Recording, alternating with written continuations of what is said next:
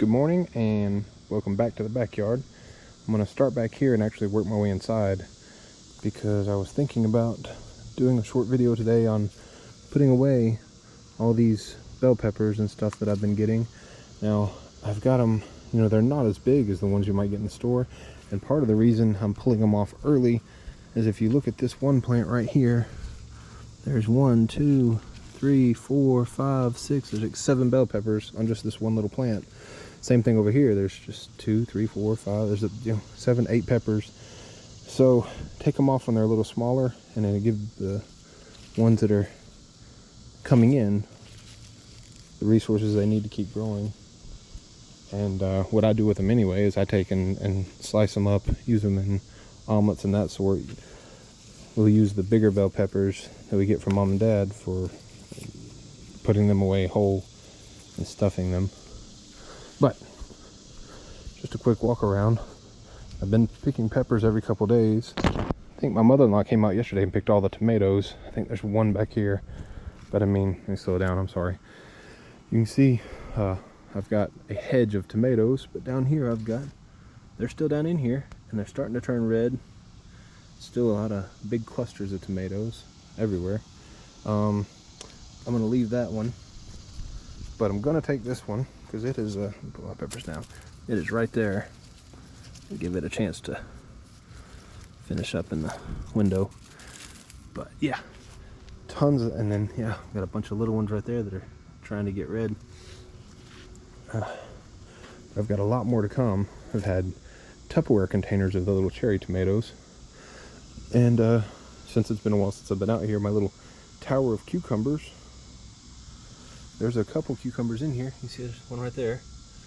Over there there's a couple little baby ones. I picked the first one off the other day. But to notice, the potatoes are gone. Like the vines are completely dried out. They're down. So I may be digging the potatoes here maybe this weekend. But the squash plants, you can see, well, right here. I got my own little squash. First one of the year. First one ever up here. You can see all the blooms in here for my squash.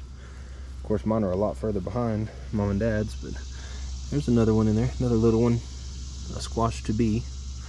And the pumpkin, he's taking off. But yeah, no little pumpkin to show off yet, but I'm gonna leave it alone. I don't want to damage it at all.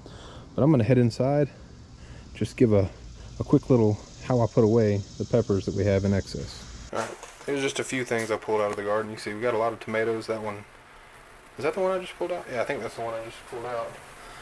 And like I said, tons of little cherry tomatoes, salad tomatoes, and then this is the Tupperware of bell peppers. So I'll just run through the 4 steps real quick and then just do them all at once instead of stopping and starting. Start off just by washing them, give them a good once over, and then I'm going to take, just using a sharp enough knife, cut the center out, pull the stem, and most of the seeds will come with it. Third step is, me personally, I'll take and I'll cut it into 3s, so you've got 3 hunks. That way if you're doing an omelet, you take out a couple of these, dice them up, put them in spaghetti sauce, whatever it is, and then once you've got it cut into 3s, wash it out again, get the rest of the seeds out, and just set it out to dry. That's really all there is to it. I mean, if you were going to cut these, I don't really have one big enough, if you were going to leave one whole to stuff, you would just cut the core out, get the seeds out, and just leave it as is. But I don't really have anything big enough, so I'm going to go ahead and wash, cut, and get them ready for the freezer.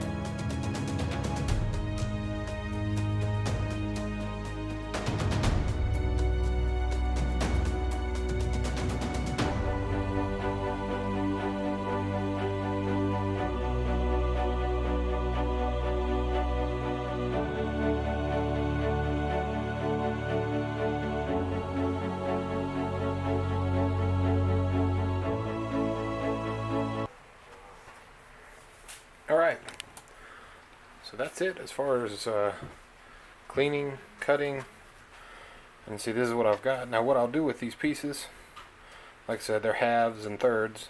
I'll set them out for just a little while, give them a chance to dry, and that way when you put them in the freezer they don't have a bunch of excess water. So lay them out like this, lay a paper towel over the top of them. Here in just a little while I'll flip them over, give them a chance to dry, and I've also got banana peppers. Do those in a minute. But let me show you, this is a bag I did a couple weeks ago, and I actually just mixed it. You've got whole banana peppers, and then you got the bell pepper pieces in here. I didn't have enough at the time to do a solid bag of one or the other, but this would be kind of what you're looking at. And if you ever wanted something for omelets or pull out a couple pieces for whatever, good to go. So I'm going to let these lay out here, dry for a little while, throw them in a bag, and I don't know, may get you a just an idea of what it looks like at the end. But that's essentially it as far as putting away bell peppers. You can do it for any pepper, really. I don't know why I just said bell peppers, but you put away pretty much any pepper the same way. So like I said, I did bananas the same way. So this is it. I'll be back in a minute, show you the bag once it's done. Alright, we're wrapping this up real quick. You can see I've had them sitting out for a few minutes, pretty much dry. For this, just going to take, what is this, quart? Just a freezer bag, and you can pretty much put, I guarantee you all of these will fit in one bag. And give it a tap.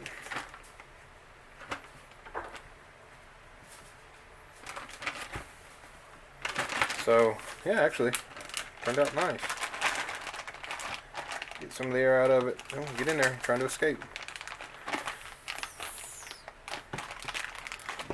And so there's a bag of bell peppers. Put it in the freezer, and this will keep this all throughout the year. Use it for all kinds of things. So anyway, that's just a quickie. How to put away bell peppers if you've got a bunch of excess. You can use it for bananas. I imagine cayennes, any pepper really. Poblanos. We have a bunch of poblanos here soon, so I may do some of those as well. But this is it. Hope everybody had a good day, and we'll be back.